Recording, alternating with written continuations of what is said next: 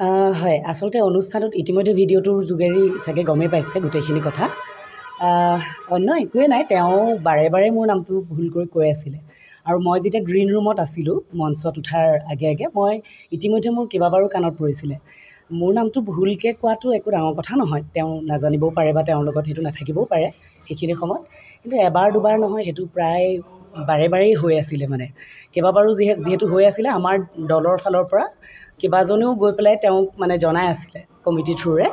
যে নামটো আচলতে বাৰে বাৰে ভুলকৈ কৈ থকা হৈছে আৰু সেইটো মই বুলি নহয় কেৱল সকলোকে যিকোনো ৰাজহুৱা স্থানত নিজৰ নামটোৰে যদি নামাতি বেলেগ এটা নামেৰে মতা হয় আৰু যিহেতুকে সেইটো অনুষ্ঠানত মই আমন্ত্ৰিত অতিথি আছিলোঁ মোৰ বেলেগ এটা নামেৰে পৰিচয় হৈ থাকোঁতে মোৰ অকণমান বেয়া লাগি আছিলে কথাটোত তাৰপিছতে তেখেতক যেতিয়া বাৰে বাৰে কোৱাৰ পিছতো তেওঁ একেটাই ভুল কৰিছে মই শেষত অন্য নামেৰে মতাৰ পিছতো মই যাবলৈ বাধ্য হ'লোঁ কাৰণ ৰাইজ ইতিমধ্যে বহুত ৰাইজ মোৰ কাৰণে ৰৈ আছিলে আৰু নামটো ভুল স্বত্তেও মই মঞ্চলৈ গ'লোঁ আৰু মই তেখেতক তেওঁ গ্ৰীণ ৰুমত নাছিলে দেই ঘোষকগৰাকী গ্ৰীণ ৰুমত নাছিলে তেওঁ কোনোবা এটা ৰাইজৰ মাজৰ সন্মুখৰ ভাগত চাগে আছিলে মই দেখা নাই আৰু মই গমো পোৱা নাই তেওঁ কোন হয় কি কথা আয়োজক আছিলে আৰু কমিটি বিৰাট ভাল কমিটিটো খুব সুন্দৰকৈ আমাক আতিথ্য কৰিছে বা সন্মান জনাইছে ৰাইজো বিৰাট ভাল মাত্ৰ মোৰ অলপমান মনত সেই কথাটো মানে লাগি আছিলে যে কোনগৰাকী ব্যক্তিয়েনো বাৰে বাৰে ইমান ভুলকৈ মোৰ নামটো উচ্চাৰণ কৰি আছে মই এবাৰ মাত্ৰ লগ পাব বিচাৰিছোঁ বাকীখিনি কথা ভিডিঅ'টোৰ জৰিয়তে সকলোৱে দেখিছে আৰু সেইটো মই বুলিয়ে নহয় সকলোৱে হয়তো মনত দুখ পাব যদি নিজৰ নামটো ভুলকৈ প্ৰচাৰ কৰা হয় বা ভুলকৈ উচ্চাৰণ কৰি থকা হয় আৰু বেলেগ একো আচলতে এইটো ইমান ডাঙৰ মই তেখেতেও মানে যেতিয়া মঞ্চত উঠি আহিছে মই তেতিয়াহে তেওঁক গম পাইছোঁ তেওঁ এজন বয়োজ্যেষ্ঠ ব্যক্তি বুলি আৰু ময়ো সৰু হিচাপেই তেখেতক কৈছোঁ আপুনিও মোক ক্ষমা খোজাৰ কোনো প্ৰয়োজন নাই কেৱল মাত্ৰ কোনগৰাকী মানুহে প্ৰতিবাৰ মোৰ নামটো ভুলকৈ উচ্চাৰণ কৰিলে মই সেই মানুহজনকহে লগ পাব বিচাৰিছোঁ তাত মোৰ আৰু ইয়াত একো বেলেগ ধৰণৰ বিতৰ্কলৈ যোৱাৰ কোনো প্ৰৱণতাও নাই বা কাৰোবাক অপমান কৰিবলৈও মোৰ কোনো ধৰণৰ তেনেকুৱা ইচ্ছাকৃত মোৰ একো ধৰণৰ কথা নাছিলে আৰু সেইখিনিয়ে কথা সিমানটোৱে আৰু তাত হয়তো ভিডিঅ'টোৰ তেখেতৰ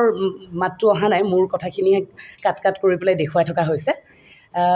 আচলতে সেয়াই তেওঁ কৈছে যে মোৰ ফালৰ পৰা মই মাত্ৰ মোৰ এটাই কথা ক'বলগীয়া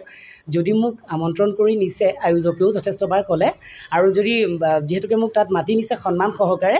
যদি কেনেবাকৈ তেওঁ মোৰ নামটো মনত নাই একো ডাঙৰ কথা নাই হয়তো নামটো তেওঁ কাৰোবাক সুধি বা যিহেতু আমাৰ ফালৰ পৰাও কেইবাবাৰো জনোৱা হ'ল আৰু ধৰি লওক কোনোবা এখন কাগজতো যদি লিখি লয় যে নামটো গীতাঞ্জলি দাস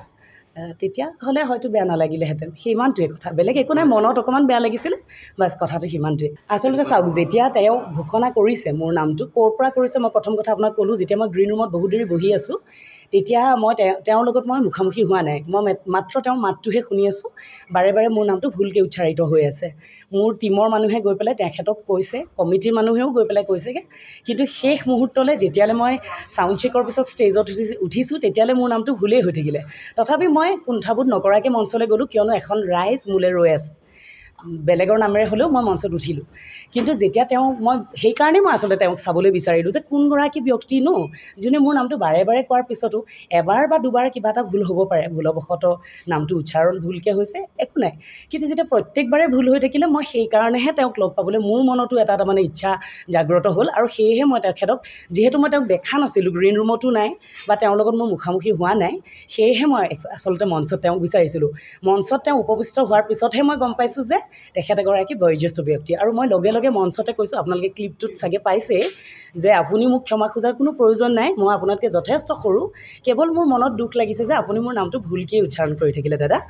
যদি সম্ভৱ হয় আপোনাৰ মনত ৰাখিবলৈ যদি অসুবিধা হৈছে এখন কাগজত মোৰ নামটো লিখি ল'লেই হৈ যায় কথাটো আচলতে সিমানকণে ইয়াত যদি কোনোবাই সেই কথাখিনিৰ কাৰণে মোক বেয়া পাইছে বা আঘাত পাইছে মই ক্ষমা বিচাৰিছোঁ